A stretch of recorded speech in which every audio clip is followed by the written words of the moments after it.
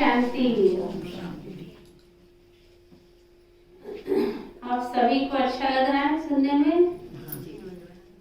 तो जो चीज अच्छी लगती है उसको क्या किया जाता है? अगर जब बाजार में जब जाते हैं कोई चीज कितनी भी महंगी हो, लेकिन अगर आपको पसंद आ जाए तो ले लेना, उसकी कीमत थोड़ी देखी जाती है। हाँ, तो उसको हम क्या करते हैं, खरीद लेते हैं। तो ऐसे ही जब ज्ञान आप सभी सुन रहे हैं तो अगर आपको अच्छा लग रहा है तो आप उसको पूरा पूरा सुनने का प्रयास करें। हाँ, क्योंकि पहली स्टेज होती है सुनना। जब तक सुनेंगे नहीं तब तक समझेंगे नहीं, और जब तक समझेंगे नहीं तब तक करेंगे नहीं, और करेंगे नहीं तो हमारे आचरण में आएगा क्या? हमारे संस्कारों में आएगा, हमारे विचारों में आएगा, हमारे वाणी में आएगा? नहीं आ सकता है। तो अगर आपको ये ज्ञान अच्छा लग रहा है, इसका प्रभाव अगर आपके जीवन पर पड़ रहा है, तो निश्चित रूप से है ना, आप इस ज्ञान से अपने आप को बदल सकते हैं, है ना। इस ज्ञान से आपके जीवन में शांति आ सकती है, मन में शांति आ सकती है, परिवार में शांति आ सकती है, गारंटी है। आज हर एक व्यक्ति को अपने जीवन के अंदर शांति चाहिए, तो वो मिलेगी, लेकिन आप सभी है ना उसको अच्छी तरह से पहले सुनेंगे तब। तो अभी इसके पहले जिन बातों पर बहुत चर्चा हुई है ना, आध्यात्मिक ज्ञान आप सुन रहे हैं लगभग आधा पौना घंटा से 1 घंटा से। अब हम आपको बताएंगे कि प्रजापिता ब्रह्मा कुमारी ईश्वरीय विश्वविद्यालय एक आध्यात्मिक शिक्षण संस्थान है ना। भारत और विश्व के लगभग 140 देशों में ये कार्य कर रहा है ना। आप सभी अपने घरों के अंदर टीवी के माध्यम से भी इसको सुन सकते हैं, और आज हर एक के हाथ में एंड्रॉयड मोबाइल होता है, उसमें अगर आप ब्रह्मा कुमारी इसको सर्च करते हैं तो हमारी बहुत सारे फैकल्टीज हैं जिसको आप सुन सकते हैं। घर बैठे बैठे भी आप इस ईश्वरीय ज्ञान को प्राप्त कर सकते हैं। और आपके ही अभी रूनी सैदपुर में सेंटर खुला है, तो यहाँ हमारी महिमा बहन है वो रहती है, तो वो भी यहाँ आकर के आप सभी को ये 7 दिन का कोर्स करा सकती है। 7 दिन का महत्व हमारे जीवन के अंदर बहुत बड़ा है। ऐसे भी सप्ताह के 7 दिन होते हैं, 8वां दिन कभी आता है क्या? कभी सुना है 8 दिन होते हैं? हाँ, सप्ताह के 7 दिन होते हैं, है ना। जब हम सभी दुर्गा पूजा का प्रोग्राम करते हैं, है ना, दुर्गा आपको जब बैठाते हैं तो 7 दिन के बाद ही उसकी आँख खुलती है। 8वें दिन 7वें दिन खुलती है ना, उसके बाद ही कोई दर्शन करता है। तो ये 7 दिन का भी हमारी आत्मा के अंदर बहुत बड़ा महत्व है। तो आप जैसे देवी का दर्शन तभी कर सकते कि जब देवी के आंखों पे से है ना वो पर्दा हम हटाते हैं, तभी हम देवी का चेहरा देख सकते हैं, उसका दर्शन कर सकते हैं। उसी तरह से यहाँ भी ब्रह्मा कुमारी इसमें 7 दिन का महत्व इसलिए है कि पहले दिन से आप इस ज्ञान को जब सुनना शुरू करेंगे तो पहले दिन का क्लास है आत्मदर्शन, है ना, आपके स्वयं का दर्शन। तो आज आपको हम आपके बारे में बताने जा रहे हैं, है ना। आप सामने जिस फोटो को देख रहे हैं, जिस चित्र को आप देख रहे हैं, है ना, इसमें हमें अपने बारे में बताया गया है। इसमें दिखाया गया है कि आप आत्मा है, आप शरीर नहीं है। कैसे मानेंगे हम आत्मा है? देखिए, आज जीवन के अंदर है ना हर एक व्यक्ति अपने जीवन में 2 शब्द का प्रयोग प्रतिदिन करता है। वो 2 शब्द क्या है? पहला शब्द है मैं और दूसरा शब्द है मेरा। हम अनेक बार सुबह से लेकर रात तक पूरी लाइफ टाइम ये 2 शब्द का प्रयोग हम करते हैं, लेकिन जब भी हम मैं शब्द प्रयोग करते हैं तो पर्टिकुलर शरीर की किसी इंद्रियों के लिए नहीं किया जाता। जैसे देखिए, हम सारे दिन और आंख से देखते ना, खुली आंखों से इस संसार को देखते हैं, लेकिन कभी भी ये नहीं कहते मैं आंख देख रही हूँ, जैसे मुर्दा होता है ना, डेड बॉडी होती है, उसको भी नाक कान हाथ पाँव आदि सब कुछ होता है, लेकिन वो कभी भी कह सकता है क्या कि आप सभी मेरे लिए क्यों रो रहे हो? नहीं कह सकता है। तो ये सोचने का विषय है कि आज सारी इंद्रियां सही सलामत होते हुए भी, है ना, वो अपने आप को ये कह नहीं सकता है कि आप सभी मेरे लिए क्यों रो रहे हो। तो ऐसी कौन सी शक्ति हमारे अंदर होती है कि जब चली जाती है तो उसकी चेतना समाप्त हो जाती है, अनकॉन्शियस हो जाता है ना, डेड बॉडी हो जाती है। तो हमें ये जानना है कि हम मैं शब्द जो प्रयोग करते हैं वो किसके लिए। देखिए यही आंखें है ना जो सारा दिन भर देखती है, लेकिन कभी भी हम ये नहीं कहते मैं आंख देख रही हूँ। कहते कभी आप में से कोई क्या कहते हैं? कहते हैं मैंने अपनी आंख से देखा। आंख नहीं देखती है, कहते हैं मैं देखती हूँ। आप सारा दिन भर मुख से बोलते हैं, लेकिन कभी भी ये नहीं कहते मैं मुख बोल रहा हूँ, मैं मुख बोल रही हूँ। क्या कहते? मैंने अपने मुख से बोला, मुख ने नहीं बोला। हम कान से सारे दिन भर सुनते हैं, लेकिन कभी भी ये नहीं कहते मैं कान सुन रही हूँ। कहते मैंने अपनी कानों से सुना। कान नहीं सुनते हैं, है ना, आंख नहीं देखती है, लेकिन क्या कहते मैं देखती हूँ। मुख नहीं बोलता है, कहते मैं बोलती हूँ। तो आप कौन है? आप जानते हैं आंख से देखने वाले आप कौन है? बताइए। ये सारी इंद्रियां हमें दिख रही है, लेकिन इन इंद्रियों को चलाने वाली जो शक्ति है, क्या वो शक्ति को कभी हमने देखा है अपने जीवन के अंदर?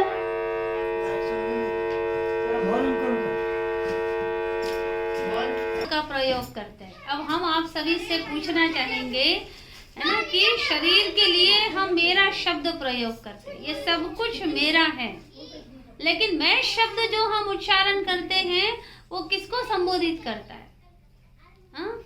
है ना, वो किसके लिए हम कहते हैं? देखिए नाक कान हाथ पांव आदि ये सब कुछ हमें दिख रहा है, भाई है ना, ये सब कुछ दिख रहा है, लेकिन है ना जो मैं शब्द कहने वाली शक्ति आप पूरे शरीर के अंदर बता सकते हैं कहाँ है?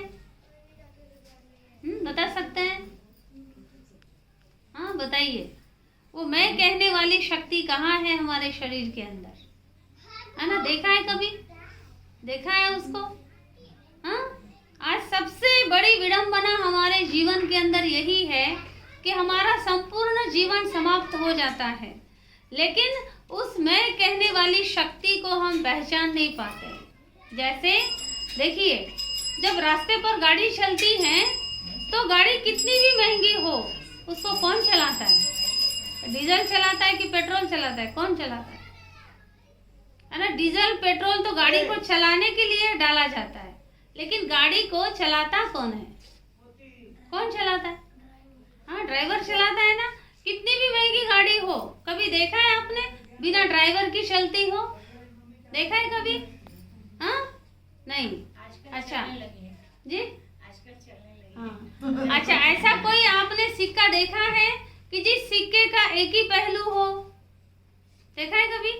चाहे सोने का हो, पीतल का हो, तांबे का हो, चांदी का हो, लोहे का हो, छोटा से छोटा सिक्का क्यों ना हो, लेकिन उसके दो पहलू होते हैं कि नहीं? हाँ, दो दो तरफ से होता है कि नहीं? एक तरफा नहीं होता है। हाँ, ऐसी कोई गाड़ी आपने देखी है जो केवल एक ही चक्का से चलती हो? साइकिल हो, बाइक हो, हाँ कितना जगह से चलती है? दो चक्का से बढ़कर ही होता है, 2 3 4 6 फिर जितना हो 10 15 20 50, है ना। बड़ी बड़ी गाड़ियां तो 30 40 चक्का से चलती है ना। हाँ, तो ऐसी कोई भी गाड़ी नहीं कि जो 2 चक्का से चले। तो ठीक उसी तरह से आज हर एक चीज के 2 पहलू होते हैं, एक पहलू नहीं होता है। लेकिन आज हम सभी जो सांसारिक जीवन जी रहे हैं, है ना, वो सांसारिक जीवन को हम एक ही पहलू पर चला रहे हैं। वो पहलू कौन सा है? देखिए इस चित्र के अंदर दिखाया हुआ है। हाँ, देखिए इसमें 2 चीज दिखाए हैं। आप सभी इसको देख करके समझ गए होंगे। भाई थोड़ा सा इसमें दिखाया गया है कि जीव आत्मा, हाँ, ये हमारी आपकी तरह शरीर है ना, कोई फर्क है क्या इसमें और हमारे में? एक जैसा है ना, लेकिन है ना, ये शरीर की सुंदरता तभी है मानव जीवन की कि जब तक इसमें ये चैतन्य शक्ति आत्मा है। जैसे फॉर एग्जाम्पल के लिए गाड़ी कितनी भी अच्छी हो, उसको चलाता ड्राइवर है। हाँ, ड्राइवर का स्थान गाड़ी के अंदर फिक्स होता है ना, आगे पीछे करना हो रोकना हो एक ही जगह बैठ करके करता है। ठीक उसी तरह से है ना, हमारे शरीर का संचालन है ना, जानते हैं कौन करता है? हमको इतना तो ज्ञान सभी को है ना कि आज मानव शरीर पंच तत्वों से बनता है। जल, वायु, अग्नि, आकाश और पृथ्वी, इन 5 तत्वों से हमारा शरीर बनता है। ये सबको मालूम है ना। शरीर को बनने के लिए इन 5 तत्वों की आवश्यकता है, लेकिन उस मानव शरीर को चलाने की वाली जो शक्ति है उसका नाम है आत्मा। शक्ति, एनर्जी, सोल, पावर, है ना। जब आत्मा किसी भी शरीर में प्रवेश करती है ना, तभी वो है ना आत्मा और शरीर मिला करके कहा जाता है जीव आत्मा। जीव प्लस शरीर, अकेला जीव है तो भी शरीर नहीं, अकेला शरीर है तो भी आत्मा नहीं, है ना। दोनों का मिला करके जीव आत्मा कहा जाता है। और जब इसमें से आत्मा निकल जाती है तो ये हड्डी मांस का पुतला है। हाँ, फिर इसको क्या किया जाता है? जला दिया जाता है ना, इसको रखा नहीं जाता है। तो आत्मा के अंदर क्या है? आत्मा के अंदर मन, बुद्धि और संस्कार। आत्मा इन तीनों शक्तियों से बनती है ना। आत्मा में मन विचार करने का कार्य करता है, बुद्धि उन विचारों का निर्णय करने का कार्य करती है, और जब बुद्धि निर्णय लेती है उसी अनुसार हम जीवन के अंदर कर्म करते हैं। लेकिन आज जब हम विचारों पर ध्यान देते हैं तो हमारे मन के अंदर जो विचार चलते हैं वो अधिकतर नकारात्मक विचार बहुत ज्यादा चलते हैं। जैसे है ना, घास लगाया नहीं जाता है, घास अपने आप उगता है, लेकिन बगीचे का निर्माण किया जाता है, और वो बगीचे को निर्माण करने के लिए कितनी मेहनत करनी पड़ती है। हाँ, उसको पेड़ पौधा लगाना पड़ता है, सींचना पड़ता है, उसमें दवाई डालनी पड़ती है, खाद डालनी पड़ती है। उसी तरह से आज हमारी आत्मा के अंदर जो तरह तरह के विचार आते हैं है ना, उन विचारों को हमें समझना होता है ना। उन विचारों को सकारात्मक विचार बनाने होते हैं, तभी उन विचारों के द्वारा हम आत्मचिंतन कर सकते हैं, आत्मा का अनुभव कर सकते हैं। इसलिए हमें अपने जीवन के अंदर ये जानना है कि जैसे शरीर में आत्मा भ्रिकुटी के मध्य में निवास करती है और यही से सारे शरीर का संचालन करती है ना। शरीर के अंदर आत्मा का जो स्थान है भ्रिकुटी के मध्य में आत्मा रहती है ना। जैसे अभी आपको बताया अमोद भाई जी ने कि शरीर में आत्मा का जो स्थान है वो भ्रिकुटी के मध्य में है, पिट्यूटरी ग्लैंड्स के अंदर है। तो ये मुख्य रूप से आपने समझा। लेकिन है ना, आत्मा के अंदर जो मन है, जिसको आज हम सभी क्या कहते हैं, मैं मन से बहुत अशांत हूँ, मेरा मन बहुत परेशान है, मैं मन से बहुत डिस्टर्ब हूँ, मेरा मन बेलगाम घोड़ा है ना, मेरा मन बहुत दुखी है। आप में से कोई ऐसा कहेगा कि नहीं, मन से मैं बहुत सुखी हूँ? आपका मन ऐसा है? क्या आज हमारे मन के अंदर वो शक्ति है कि हमारे किसी भी समस्या का समाधान करे? है मन के अंदर वो पावर, मन के अंदर वो शक्ति है? तो अगर आप सभी चाहते हैं कि आपका मन शांत बने, आपके जीवन में शांति आ जाए, आपका मन सकारात्मक बने, तो उसके लिए है ना आपको समय देना होगा। एक दिन से नहीं होगा। जैसे आप भोजन आज करके फिर कल छोड़ देते हैं क्या, फिर परसों करते हैं क्या? सभी मोस्टली सब लोग प्रतिदिन भोजन करते हैं ना, क्योंकि शरीर को भूख लगती है तो भोजन की मांग करता है, पानी पीता है, चाय पीता है। वैसे ही शरीर को आत्मा चलाती है तो आत्मा को भी परमात्मा की याद चाहिए, शक्ति चाहिए, गुण चाहिए, पावर चाहिए, शांति चाहिए, प्रेम चाहिए, शक्ति चाहिए। ये सारे गुण आत्मा को चाहिए इस शरीर में रहने के लिए। तो कहाँ से मिलेंगे ये सारे गुण हमको, है ना? ये सारे गुण हमको ज्ञान से मिलेंगे।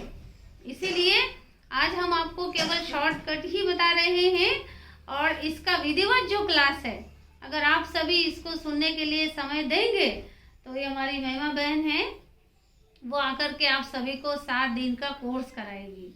हाँ, जैसे अभी आपने आत्मा के बारे में थोड़ा बहुत अभी समझा, तो उसी तरह से हम आपको परमात्मा के विषय में भी बताना चाहेंगे, थोड़ा सा 10 मिनट, ज़्यादा नहीं।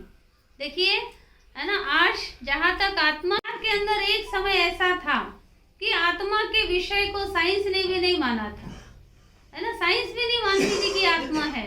साइंस ने भी ये माना कि एक ब्रेन है जो इस सारे शरीर का संचालन करता है।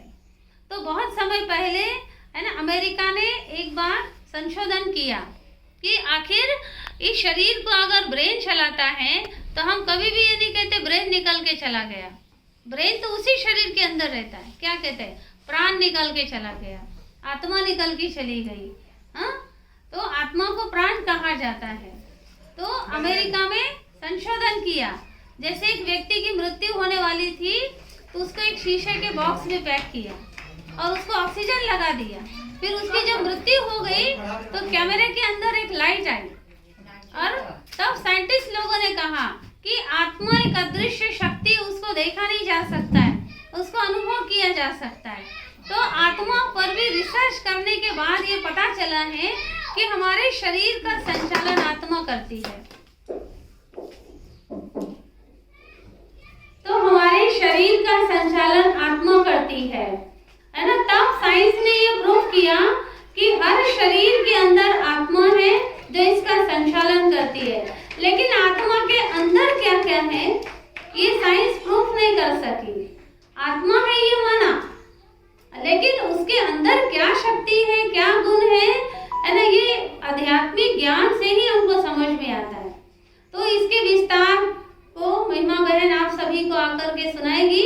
मन क्या है, बुद्धि क्या है, संस्कार क्या है, आत्मा के अंदर जो 7 गुण है वो हमारे जीवन की वैल्यूज है। अब हम थोड़ा सुनेंगे परमात्मा के विषय में। देखिए, आज इस संसार के अंदर, है ना, जहाँ पिता परमात्मा का विषय है ना, वहाँ अनेक प्रकार की भ्रांतियां हम सभी के मन के अंदर है।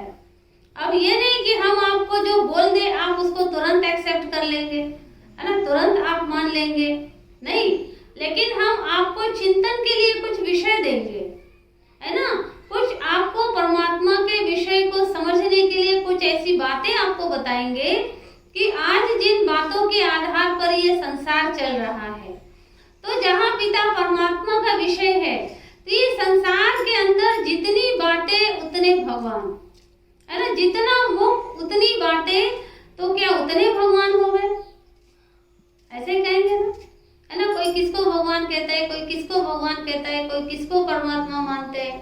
तो आज हर एक व्यक्ति अपने अनुसार परमात्मा को समझना चाहता है ना, लेकिन है ना, इस चित्र के आप सभी इस चित्र को देखेंगे कि इसमें दिखाया गया है कि परमपिता परमात्मा शिव ज्योतिर्बिंदु स्वरूप है। उनका जो रूप है ना, वो ज्योति है। जैसे भारत के अंदर ऐसा आपका भी गांव नहीं होगा कि जहाँ शिव का मंदिर ना हो, है ना, कितना भी छोटा से छोटा गांव क्यों ना हो, लेकिन वहाँ शिव का मंदिर जरूर है। हाँ? शिव की प्रतिमा को कौन ऐसा है जो नहीं जानता है? हर एक व्यक्ति जानता है ना। आप सभी ने शिव की प्रतिमा को देखा है, शिवलिंग को देखा है। अच्छा, जब आप कभी वो शिवलिंग को देखेंगे ना टीवी में भी, तो उसमें से प्रकाश निकलता है ना, लाइट निकलती है, किरणें निकलती है। तो वो परमात्मा का रूप है, ज्योतिर्बिंदु स्वरूप। जैसे, है ना, शरीर कितना भी अच्छा हो लेकिन उसको आत्मा चलाती है। देखिए, आत्मा बहुत छोटी है, उसको माइक्रोस्कोप से भी नहीं देखा जाता, इतनी महीन है। हाँ, लेकिन इतने बड़े शरीर को थामी हुई है। तो पावर किस में है, शरीर में कि आत्मा में? हाँ, आज व्यक्ति वो 70 उसकी एज, उसका मान लीजिए उसका वजन 60 किलो, 70 किलो, 80 किलो हो, 100 किलो हो, थामा हुआ कौन है ना, इस शरीर को कौन थामा हुआ है? हाँ, आत्मा पर टिका हुआ है शरीर, है ना, आत्मा वजन थामी हुई है शरीर का, जो अकेले चलते फिरते सब कुछ करते हैं। और वही आत्मा निकल गई पल भर में तो क्यों नहीं उठता है? हाँ, कितने लोग चाहिए उठाने के लिए। हाँ, वही शरीर था ना, वही आत्मा थी। अभी तक तो वही सारे शरीर को वजन थामी हुई थी। एक पल भर में जब आत्मा निकल गई है ना, तो 4-5 लोग मिलकर के यहाँ से यहाँ भी उठना हो तो अपने आप नहीं उठ सकता है। हाँ, 4-5 लोग चाहिए उसको उठाने के लिए, यहाँ से वहां रखने के लिए। तो पावर किस में है? आत्मा में है। किसको चलाने की? इस शरीर को चलाने की, शरीर के द्वारा हर कार्य करने की। सुबह से लेकर रात तक जो हम कहते हैं ना, मैं टीचर हूँ, मैं डॉक्टर हूँ, मैं इंजीनियर हूँ, मैं वकील हूँ, लेकिन नहीं, ये हमको रोल मिला हुआ है। उस रोल को निभाने वाली मैं एक आत्मा हूँ। तो आत्मा का रूप अति सूक्ष्म है, दिव्य ज्योतिर्बिंदु स्वरूप है। तो जैसे आत्मा है वैसे ही आत्मा के पिता परमात्मा है ना। फर्क नहीं है उनमें और हमारे में।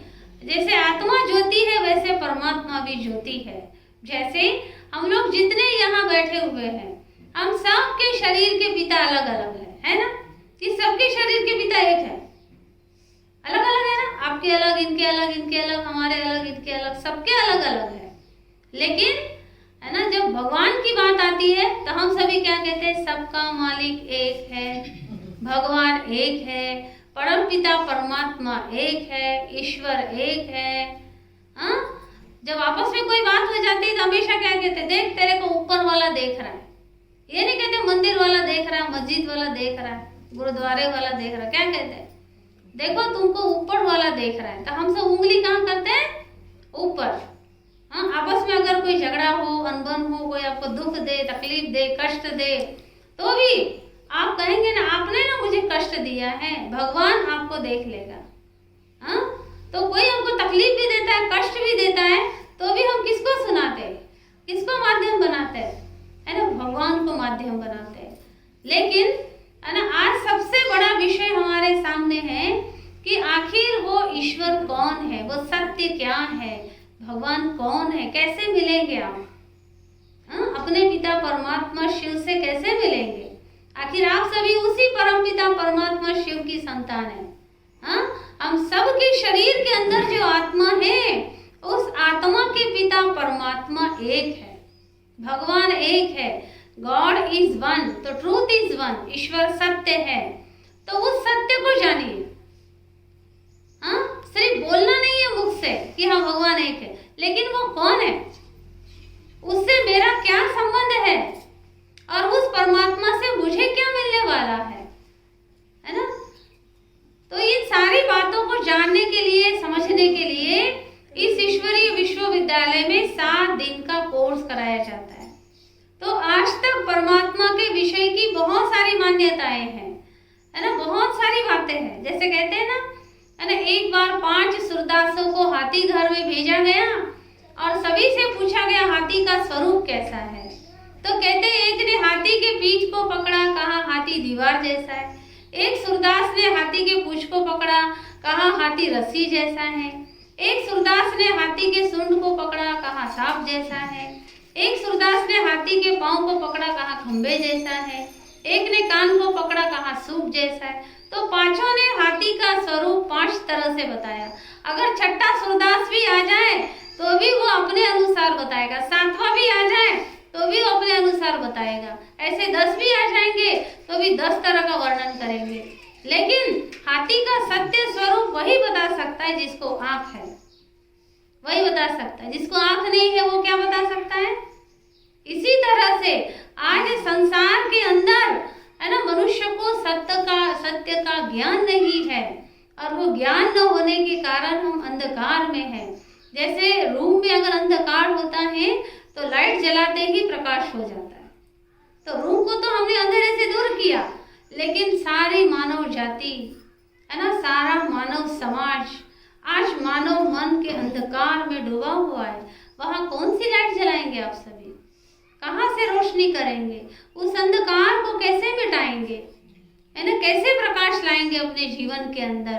तो ये अध्यात्म की ज्योत हम सभी को अपने अंदर जलानी है ना। यही हमारी आत्मा का दीपक है ना। इसी से, हमारे ज्ञान से ही हमें रोशनी मिलेगी। कौन सी रोशनी मिलेगी? हाँ, कौन सी लाइट हम सभी के अंदर जलेगी? है ना, आत्मा का ज्ञान मिलेगा, पिता परमात्मा का ज्ञान मिलेगा और ज्ञान से संबंध जुटेगा भगवान के साथ। और जब आपका संबंध जुटेगा, है ना, पर्सनल आपकी आत्मा का संबंध पिता परमात्मा से जुटेगा, तो उनकी शक्ति आपके अंदर आएगी। वो प्यार के सागर है ना, आपके अंदर प्यार की वर्षा करेंगे। वो सुख के सागर है, आपका जीवन सुखमय बनेगा। वो शांति के सागर है, आपके जीवन से अशांति समाप्त होगी। वो पवित्रता के सागर है, वो पवित्रता हमारे अंदर आएगी। वो सबके पतित पावन है, वो हमारे पापों को मिटाने वाले हैं। तो ऐसे ईश्वर को आप सभी जानिए, है ना, और अपना संबंध पिता परमात्मा से जोड़िए। ऐसे हर व्यक्ति का संबंध भगवान के साथ है जरूर कि नहीं है कैसे? जब आप मंदिर में जाते हैं तो भगवान के आगे दोनों हाथ जोड़ करके कहते हैं ना, त्वमेव माताश्च पिता त्वमेव बंधुश्च सखा त्वमेव विद्या द्रविणम त्वमेव सर्वम मम देव देव। गाते हैं ना? कि बहू अलग गाती है कि आप हमारे सास ससुर हो, ऐसे तो नहीं गाते। दोनों पति पत्नी मिलकर के क्या कहते? आप हमारे माता पिता बंधु सखा सब कुछ हो। मुख से गाया ना हम सभी ने। तो अब जब भगवान को आप जान लेंगे तो सत्य संबंध आप परमात्मा से जोड़ सकते हैं। बहुत आसान है।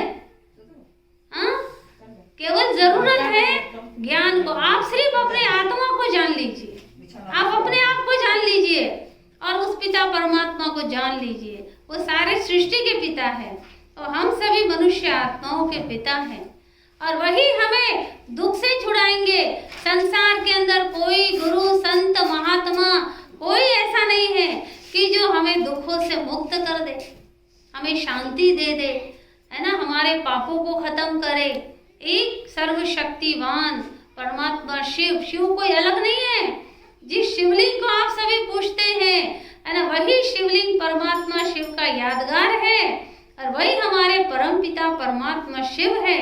वो हम सभी के आत्मा के पिता है। लेकिन विडंबना है कि आज हम सभी उस परमात्मा से दूर हो गए हैं, भूल गए उनको। क्यों भूल गए? अपने आप को ये मानव शरीर मानने लग गए, बॉडी कॉन्शियसनेस में आ गए।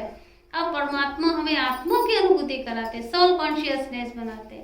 शरीर का संबंध शरीरधारियों के साथ है, लेकिन आत्मा का संबंध पिता परमात्मा के साथ है। तो ये जोड़ने के लिए ये ईश्वरीय ज्ञान है। तो आप सभी अगर इच्छा प्रकट करते हैं और सभी चित्रों के माध्यम से, इन चित्रों के माध्यम से भी, है ना, आप इस ज्ञान को अच्छी तरह अपने जीवन में लाए, तो ये गारंटी है परमात्मा एक जन्म की नहीं, भविष्य कई जन्मों की गारंटी आपको देंगे।